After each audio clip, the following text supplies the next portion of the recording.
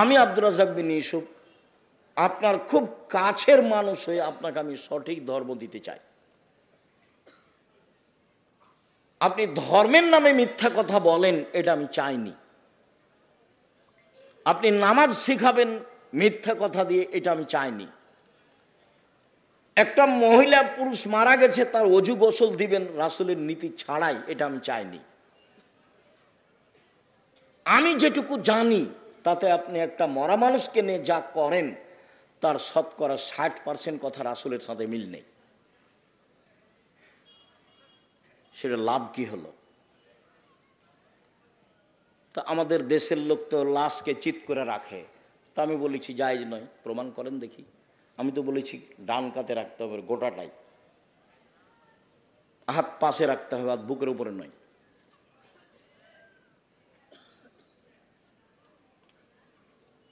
আমি তো বলেছি যে যখন মাটি দিচ্ছে তখন মিনহা খালাকনাক মফিয়া নয়দুক মমিনা নখরে যেরকম তারা তার নখরা বলা যাবে না। আমি তো বলেছি মাটি শেষ সবাই মিলে হাত তুলে দোয়া করা যাবে না। আমি তো বলেছি তাকে গোসলের সময় নখ কাটা যাবে না, পরিষ্কার পরিচ্ছন্নতায় যাওয়া যাবে না, শ্বাস বন্ধ হয়ে গেছে সব বিধান বাতিল, পেট চেপে পেশাব পায়খানা বের করতে হবে না, অজু দিয়ে গোসল দিতে হবে। এক মুমূর্ষুকে লক্ষ্য করে 241টা বিদাত আছে। দেখেন আব্দুল্লাহর মায়ের একটা বই লেখা আছে মুমূর্ষু হতে কবর পর্যন্ত। বইয়ের নাম কি? মুমূর্ষু হতে কবর পর্যন্ত। খোঁজ নিয়ে দেখেন।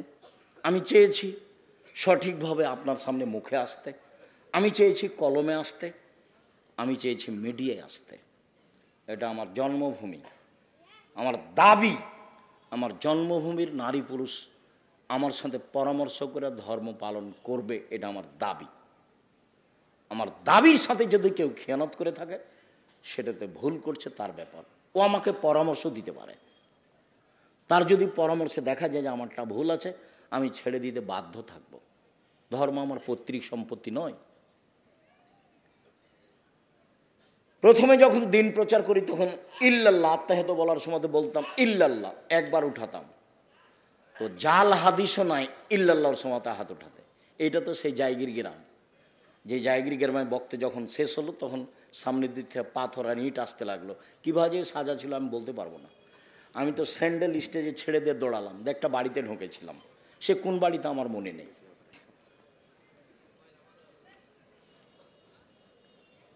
আমি অপরাধ করিনি, আজও অপরাধ করছি না। আমার খুব দৃঢ় বিশ্বাস, ধর্মের উপরে আমার অগাধ বিশ্বাস। কাজেই আপনি আমার দিনী বোন, আপনি আমার দিনী ভাই, উপেক্ষা করে বিদ্বেষ ভাবাপন্ন নিয়ে কিছু বলবেন, ফল হবে না, ফল খারাপ হবে। কিছু পরামর্শ দিবেন, কিছু বলবেন, সফল হব ইনশাআল্লাহ। আপনাকে নিয়েই হব। বিবাহের শুরু থেকে নিয়ে শেষ পর্যন্ত আমার জানা অনুপাতে চাঁপাইনবাবগঞ্জের একটা কাজও জায়েজ নয়, একটা কাজও জায়েজ নয়। আমার খুব দিনের মতো মনে আছে, রমজান মৌলবী বিবাহ পড়ানোর পরে দেবীনগরের বলছে উঠো 2 রাকাত সালাত আদায় করো, উঠো সালাম দাও 2 রাকাত সালাত আদায় করো। আমার চোখের সামনে এটা ঘটনা। উঠে বলছে আপনাদেরকে অলিমার দাওয়াত। আরে বাবা, অলিমা তো বাসরাতের পরে।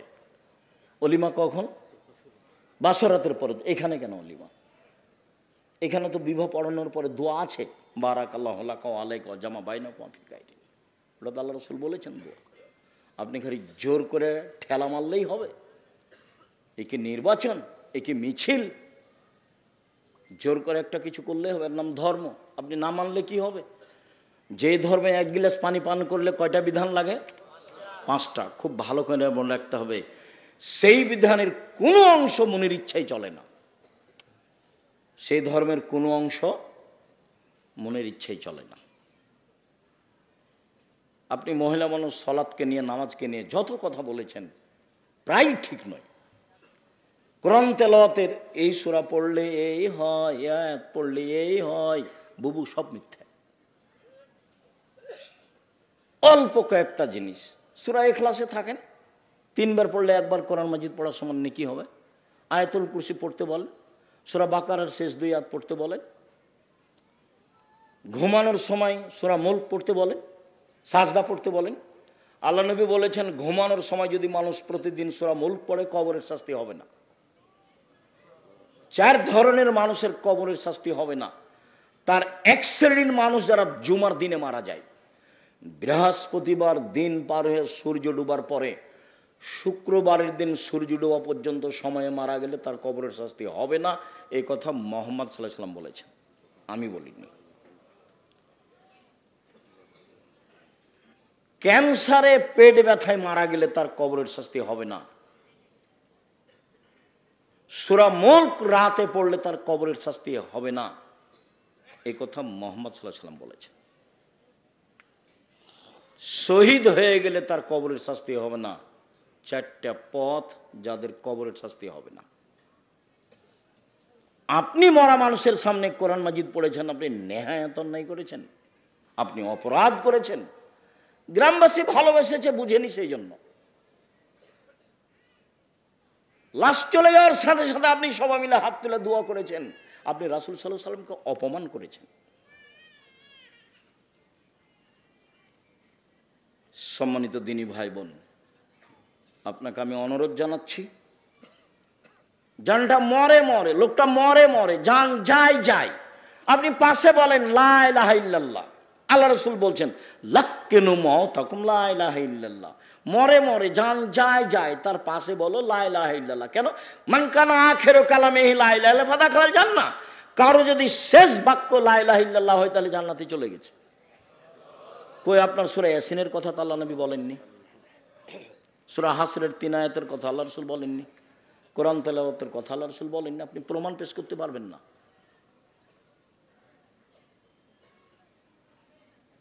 সম্মানিত দিনী ভাই বোন, সদাচরণ, আল্লাযীনা ইনফিকুনা ফিস সাররাই ওয়াজ যাররাই ওয়াল কাযিমিনাল গায়জ ওয়াল আফিনা আনিন নাস। 3টা গুণ আছে যার সে জান্নাতে যাবে। 1, ধনী মানুষ হলেও দান করে, 1000 লাখ টাকা করে। গরিব মানুষ হলেও দান করে, 10 টাকা করে। সচ্ছল অসচ্ছল অবস্থায় দান করে যে সে জান্নাতে যাবে। 1। 2, অল কাযিমিনাল গায়জ, রাগকে দমন করতে পারে যে সে জান্নাতে যাবে। আল্লাহ বলছেন এই কথা, আমি বলিনি। রাগ দিয়ে জীবনে কোনো কাজ নিতে হবে না, কোনো কাজ। লবণ বেশি হয়ে গেছে বউকে, তখন গালি দেওয়া হবে না, তখন মারা হবে না। আর আমার দিনী বোনদেরকে বলছে, এই মেয়ে কথা বলছো কেন, চুপ থাকো। আপনাদের আমি বলছি, জীবনে 2টা কাজ করবেন না। একটা অভিমান, এটা করবেন না। আর একটা প্রতিবাদ, এটা করবেন না। প্রতিবাদ কি? হ্যাঁ, তুমি আমার মাকে এভাবে বললে কেন, তুমি আমার আব্বাকে এভাবে বললে কেন, এ হলো প্রতিবাদ। প্রতিবাদ করিয়েন না, শয়তানের সুযোগ হবে না। অভিমান, অভিমান কি জিনিস?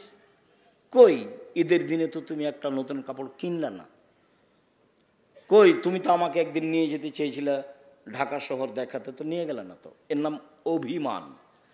অভিমান যদি করেন তখন শয়তান বলবে, না পূরণ হলে শয়তান বলবে, এই দেখলি তোর স্বামী তোর অভিমান পূর্ণ করে না, আর আগেরটাও করেনি, এখনো করেনি, কোনোদিনই করেনি। শয়তান খালি বলবে কোনোদিন করে না। তখন আপনি বলবেন হ্যাঁ ঠিকই তো, হ্যাঁ ঠিকই তো। সকালবেলাতে তখন আপনি বলবেন তোর ভাত খাবো না, তুই তালাক দিয়ে দে এক্ষুনি। তখন ওই খেপে গেছে, তালাক দিয়ে দে, তুই এক্ষুনি তালাক দিয়ে, তোর বাড়িতে থাকবো না, এক্ষুনি তালাক দিয়ে দে। ওও চাপে পড়েছে, যা 1 তালাক 2 তালাক 1000 তালাক দিলাম, যা। যেমন তালাক দেওয়া শেষ হয়েছে তেমনি শয়তান চলে গেছে, আর নেই। যেমন শয়তান চলে গেছে, ওরে ইন্না লিল্লাহি ওয়া ইন্না ইলাইহি রাজিউন। এবার ছেলে যে 3টে আছে, 3টা ছেলে মেয়ে আছে। শয়তান কিন্তু এখন আর নেই, ওই পর্যন্ত ছিল। সামান্য ব্যাপারে স্বামী স্ত্রীর মধ্যে শয়তান একবারে হঠাৎ করে এমনিতে লাগিয়ে দিতে পারে। আর শয়তান মানে এত বড় খারাপ শয়তান, ও যে আল্লাহর কাছে এইভাবে অনুমতি চেয়ে নিয়েছে, কোনোদিন শুনেছেন কিনা একটু দেখেন, হয়তো বা শুনেছেন, হাজারো দিন মনে আছে কিনা। আল্লাহ বলছেন, শয়তান আদমকে সিজদা করলি না কেন? ও তো মাটির তৈরি, আমি তো আগুনের তৈরি। ও তো নিম্নমুখী, আমি তো ঊর্ধ্বমুখী, কেমনি সিজদা করি? তখন আল্লাহ বলছেন, সরে যা, সরে যা, রাজিম, বিতাড়িত, সর এখান থেকে, সর। তখনও বলছে, ঠিক আছে সরে যাব, তবে আমার একটা কথা মানতে হবে। কি? কিয়ামত পর্যন্ত বেঁচে থাকার সুযোগ দিতে হবে। তা আল্লাহ বললেন, ঠিক আছে দিলাম, এলা ওয়াক্তিম মালুম, একটা সময় তোমাকে দিলাম। ওও দাবি জানালো, আল্লাহ মেনে নিলেন।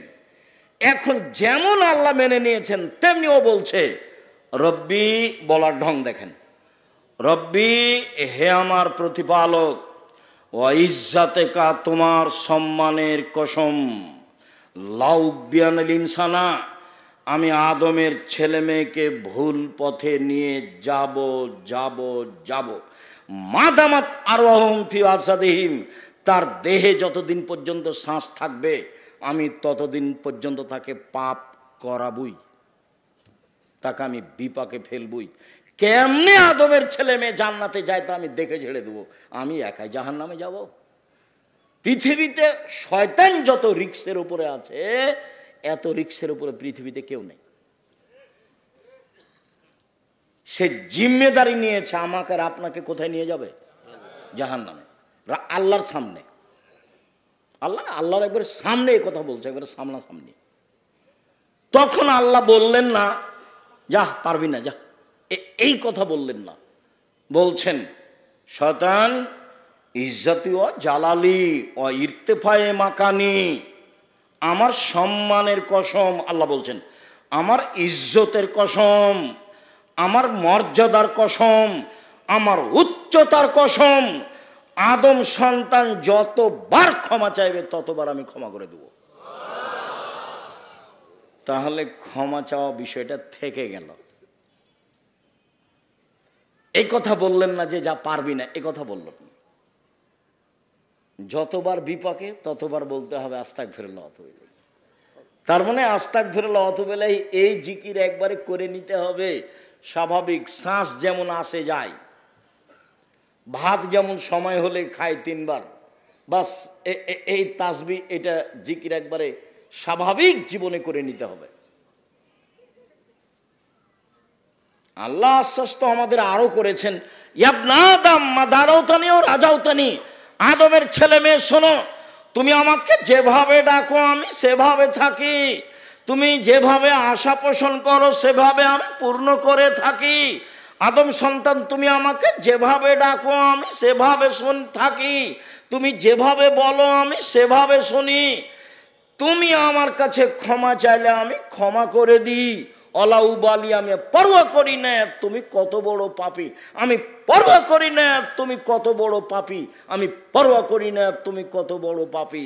আদমের ছেলে মেয়ে শোনো, লাউ বানাকাল জুনুবু কানান সামায়ে, তোমার পাপ বেশি হতে হতে যদি আকাশে লেগে যায়, পাপ আর পাপ, তারপরে যদি তুমি আমার কাছে ক্ষমা চাও আমি ক্ষমা করে দিব, আমি পরোয়া করি না তুমি কত বড় পাপী, তুমি যেভাবে ডাকো আমি সেভাবে থাকি, তুমি যেভাবে আশা পোষণ করো সেভাবে আমি পূর্ণ করে থাকি, তুমি যেভাবে ডাকো আমি সেভাবে থাকি, তুমি যেভাবে আশা পোষণ করো সেভাবে আমি পূর্ণ করে থাকি, আমি পরোয়া করি না তুমি কত বড় পাপী। আবার বিচারের মাঠে আসবেন আল্লাহ তাআলা আমাদের সামনে, বিচারের মাঠে এসে বলবেন, আদমের ছেলে মেয়ে শোনো, যেই পরিমাণ তুমি পাপ নিয়ে এসেছো আমিও সেই পরিমাণ ক্ষমা নিয়ে এসেছি আজকে, তোমার যেই পরিমাণ পাপ আমার সেই পরিমাণ ক্ষমা, তোমার যেই পরিমাণ পাপ আমার সেই পরিমাণ ক্ষমা, তোমার যেই পরিমাণ পাপ আমার সেই পরিমাণ ক্ষমা। যদি শিরক না থাকে, পাপ যতই হোক না কেন, বিচারের মাঠে আমি তোমাকে ক্ষমা করে দেব, আমি সর্বশক্তিমান। তবে শিরক করেছে যে তার আমি পাপ ক্ষমা করব না। আমি বলেছিলাম কালী মায়ের বাপের আকাশ, আমার ছেলে মেয়ে আমার সোনার বাংলা বলে না, বলবে না, আপনার বলে, আপনার চলে। কে আপনাকে মাস্টার ডিগ্রি পাস বলে তা আমি জানি না, আমি বলি না। আপনি কেমন শিক্ষিত মানুষ, আপনার বাপ আপনার কত টাকা খরচ করলো, বলছে যে আমার ছেলে খুব মেধাবী। কি করেছে? ম্যাট্রিক পরীক্ষার সময় 4 জন শিক্ষক রেখেছে। কি করেছে? ইন্টার পাসের পরে বিশ্ববিদ্যালয়ে ভর্তি করবে, সেই জন্য সাবজেক্ট প্রতি একটা করে শিক্ষক রেখেছে। তারপরে বিশ্ববিদ্যালয়ে ভর্তি হয়েছে, তারপর পড়ছে। খালি বলে আমার ছেলের মেধা খুব ভালো, বড় ডাক্তার হবে একটা, বড় ডাক্তার একটা হবে, ইঞ্জিনিয়ার একটা হবে। যাক, যা হয়েছে হয়েছে। হয়েছে কি? ও হয়েছে চোর। কিভাবে? ইঞ্জিনিয়ার হয়েছে, দায়িত্ব পেয়েছে, টাকা মেরে খেয়েছে। ব্যতিক্রম হতে পারে 2-1টা, সেটা ভিন্ন কথা। হয়েছে ডাক্তার, সেটা কি? যেই টাকা দিয়েছে যে কোম্পানি, সেই কোম্পানির ওষুধ লিখেছে। কথা বোঝাতে পারিনি তো? টাকা আমার লস না, ওর বাপের লস, ওর বাপের লস। আর যে ছেলে খুব মেধাবী বলে বিদেশে আছে, বিদেশি সরকার তো তাকে অত বড় চাকরি দিবে না, তখন ওকে সুইপার যারা তাদের নেতা করেছে, ম্যানেজার করেছে, তার বেতন 4 লাখ টাকা। তখন দেখছে বাংলাদেশে গেলে কয় লাখ টাকা বেতন পাবো। সুইপার যারা তাদের নেতা হলে কি হবে? টাকা তো আছে। এ হলো খুব মেধার ফলাফল। আপনি চাঁপাইনবাবগঞ্জের দেখান আমার সামনে কাউকে। আর ছেলে মানুষ করবেন জাতির উদ্দেশ্যে। ছেলে মানুষ করবেন কার উদ্দেশ্যে? জাতির উদ্দেশ্যে, জাতির কল্যাণের জন্য। আমি মুসলিম চিরনবীর, মরণকে করি না ভয়, মরলে শহীদ বাঁচলে গাজী, আমার উভয়ই সমান, বাঁচাও যতটুকু মরাও ততটুকু, আমার উভয়ই সমান। এরকম ছেলে গড়ে তুলবেন। সেই বেদাত দেশে আছে, শিক্ষার নামে মিথ্যা শিক্ষা আছে, জাহেলি শিক্ষা, যেটা তুলে দিতে হবে। তার নাম ছেলে মানুষ করেছি। তার নাম কি করেছি? ছেলে মানুষ করেছি, পয়সা খরচ করেছি। চাঁপাইনবাবগঞ্জের মানুষ আমি, আমার ছেলের মেধা ভালো, আমার বাপের জমি জায়গা আছে, পয়সা খরচ করে ছেলে মানুষ করেছি, বাঘের মতো করে করেছি। কলম মজবুত, কথা মজবুত, মিডিয়া মজবুত। 2 দিন বাঁচতে এসে প্রতারণামূলক সম্মান নিয়ে বাঁচতে রাজি নই, ফাঁকি দেওয়া সম্মান নিয়ে বাঁচতে রাজি নই। ও বলল ওমা তোমার আকাশ, ওমা তোমার বাতাস। ঠাকুর বলছে ও কালিমা তোমার আকাশ, ও কালিমা তোমার বাতাস। আমার ছেলে বলে সকালে উঠে, ও কালিমা তোমার আকাশ, তোর বাপের আকাশ। এটা তো হয় না। কিভাবে হবে? ও তো মুসলমানের শত্রু, ও তো জাতির শত্রু, ও তো বিশ্ববিদ্যালয়ের শত্রু। ও কি করে সম্মানী হতে পারে? আরে যেদিন বাংলাদেশের, ভারতের, পাকিস্তানের মুসলমানেরা ইংরেজদের হাতে বেইজ্জত হয়, ফাঁসি হয় মুসলমানের, সেদিনও লন্ডনে মুচ পাকায়। ইতিহাস ভুলে গেলে হবে? ইতিহাস এই 71 সাল থেকে নয়, ইতিহাস 1947 14 আগস্টে অন্তত যেতে হবে, অন্তত। তাহলে বোঝা যাবে কিছু। শেরে বাংলা কিছুই করলো না। সম্মানিত দিনী ভাই বোন, কষ্ট হয়, সেজন্য মধ্যে কথা চলে এসেছে, আপনি মনে কিছু নেবেন না। 1, দান করেন, জান্নাত আছে। 2, রাগ দিয়ে কাজ নেবেন না, জান্নাত আছে। 3, মাফ করতে হবে, মাপ। মামলা নেই, বিচার নেই, বিচার করব না। আমার ছেলেকে মেরেছে, মামলা করব না, যা হয়েছে হয়েছে, প্রতিশোধ নেই। 1, সচ্ছল অচ্ছল দান, জান্নাত হবে ইনশাল্লাহ। 2, রাগ দিয়ে কোনো কাজ নেই। 3, মাপ। ঠিক আছে মাফ করলাম, ঠিক আছে মাফ করলাম। আমার ছেলেকে মেরেছে, ঠিক আছে মাফ করলাম। আমার দলের লোককে হত্যা করেছে, ঠিক আছে মাফ করলাম। আমার বউকে গালি দিয়েছে, কে আমার বউকে গালি দিল রে?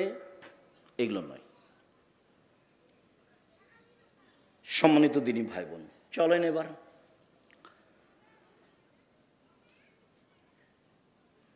সদাচরণ দিয়ে জান্নাতুল ফেরদাউস পাওয়া যায়। এমন কোন ইবাদত নাই পৃথিবীতে যার বিনিময় সরাসরি জান্নাত সদাচরণ ছাড়া। জান্নাতুল ফেরদাউস সবচেয়ে দামি জান্নাত। চলেন, আল্লাহ রাসূল বলেন, পৃথিবীর মানুষ শুনে রেখো, কেউ যদি তর্ক না করে, সত্য হলেও তর্ক করবে না। আব্দুর রাজ্জাক সাহেব এটা বলেছেন, আরে না এটা বলেছেন, আরে না এটা বলেছেন। আসসালামু আলাইকুম, গেলাম, আমি আপনার সাথে তর্ক করতে রাজি নই, আপনি থাকেন, আমি গেলাম। সত্য হলেও তর্ক ছেড়ে দেয় যে আমি মুহাম্মদ সাল্লাল্লাহু আলাইহি সাল্লাম তাকে জান্নাতে একটা ঘর নিয়ে দিব। দুই, তারাকাল কিজবা ওয়াইন কালাম মা দেহা, মজাক করে হলেও যে মিথ্যে বলে না, মজাক করেও মিথ্যে বলে না, বলে না যে আমি মুহাম্মদ সাল্লাল্লাহু আলাইহি সাল্লাম তাকে জান্নাতে একটা ঘর নিয়ে দিব। তিন, ওয়া আলাল জান্নাত লিমান হাসানা খুলুকাহু, যে তার চাল চলনকে ভালো করলো, আমি মুহাম্মদ সাল্লাল্লাহু আলাইহি সাল্লাম তাকে জান্নাতুল ফেরদাউস নিয়ে দেব। চাল চলন কি জিনিস? ভালো কথা, ভালো কর্মের নাম চাল চলন। একটা বৃদ্ধ মানুষ, আমাদের চাচা আমার ভাইকে মেরেছে, তো এখনো এখানে এসেছে, আমি চেয়ারে বসে আছি, আমার মনটা খুব খারাপ। আসার সাথে সাথে বলছি, জি চাচা বসেন, চাচা আপনি বসেন, উঠে গিয়ে চাচা আপনি বসেন, ভিতর কিন্তু জ্বলছে। কেন? ও আমার ভাইকে মেরেছে, একটু আগে এক থাপ্পড় দিয়ে এসেছে। আপনি ওটা প্রকাশ করতে পাবেন না, আপনি বলেন চাচা আপনি বসেন। এর নাম সদাচরণ। ভাই ভাই গন্ডগোল হয়েছে, বড় ভাইয়ের কারণে গন্ডগোল হয়েছে। ছোট ভাই বড় ভাইয়ের হাত ধরে বলবে, ভাই যা হয়েছে মাফ করে দিন। কে হাত ধরবে? ছোট ভাই। গন্ডগোল হয়েছে, যায়, আরে মাস কথা হয় না, যায় কথা হয় না। আর এমনও আছে যে ওই বড় ভাইয়ের রাস্তাটা ও একটু ওদিকে বাড়ি, এরই গলির ওপর দিয়ে যায়, তো বলছে তোকে কাঁটা দিয়ে ঘেরে দেবো, দিয়ে যেতে দেবো না, কাঁটা দিয়ে ঘেরে দিচ্ছে। তওবা করেন, এই নোংরা চরিত্র ভুলে যেতে হবে। প্রতিশোধ নিয়ে একদিন বাঁচতে রাজি নই, একদিন বাঁচতে রাজি নই। আমাকে বলছে দেবীনগরের চেয়ারম্যান, ও বেঞ্চের শেষে বসতো ছাত্র জীবনে, ওকে আমি দেখতে পাচ্ছি। তো বলছে, আব্দুর রাজ্জাক তোমাদের গ্রামে যে রাস্তা হবে, তো তোমাদের ব্যাপারে একটু কথা ছিল রাস্তাটা। তো আমি বলছি যে এক কাজ করবেন, আমাদের জমির সামনে যখন আসবে তখন রাস্তাটা জমির ভিতরে নিয়ে চলে যাবে, দিয়ে আবার এইভাবে নিয়ে আসবে, কোনো সমস্যা নেই। কেউ যদি বলে তাহলে ভুল হবে, আমরা বলবো না। আর যদি মনে করেন যে কারো কথাই করব, তো এন্তাজ মেম্বার যেটা বলবে সেটা করিয়েন, নইলে আমাদের জমির সামনে যখন রাস্তা আসবে তখন আমাদের জমির ভিতরে চলে যাবেন, এইভাবে আবার ঘুরে আসবেন। আমার কথা বুঝতে পারছেন না? কেউ কিছু বলবে না, তাহলে আপনারা আসবেন না? না, ওইরকম বৈঠকে আমরা যাই না।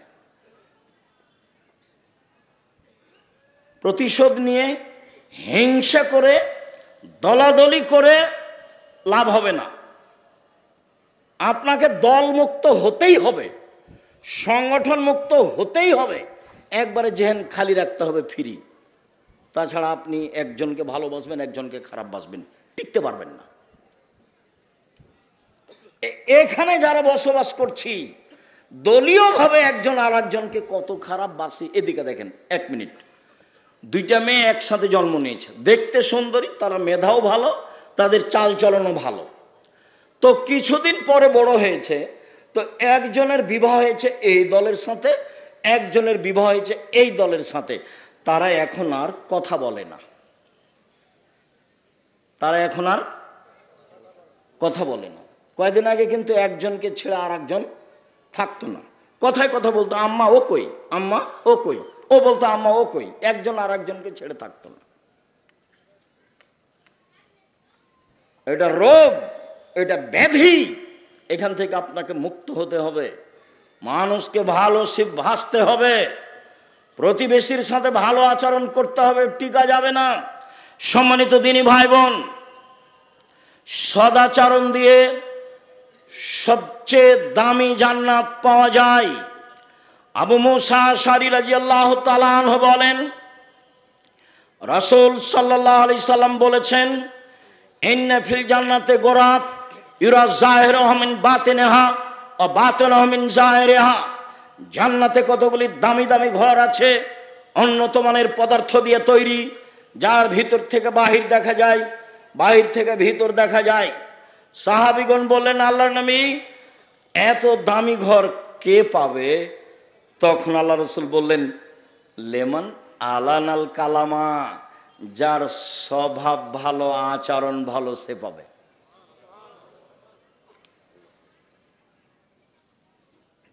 সদাচরণ, সদাচরণ কি জিনিস আবার কি বুঝতে হবে না? বুঝেছি। কোনোদিন প্রতিশোধ নেবেন না, কারো গালি দিবেন না। এই ছেলে তোমাকেই বলছে, পল্লী অঞ্চলে বাড়ি, ক্ষমতা দেখিয়ে, দলীয় দাপট দেখিয়ে বড় হয়েছে। আজকে উঠার সময়তে সব নীতি মাটিতে রেখে দিবা, এভাবে পায়ে ডলে দিয়ে যাবা। জীবনে আর কোনোদিন মানুষের প্রতিশোধ নিব না, জীবনে কোনোদিন কাউকে বড় কথা বলবো না।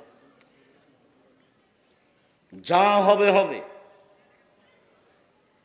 কারো বিরুদ্ধে মামলা করতে যাব না। সম্মানিত দিনী ভাই বোন,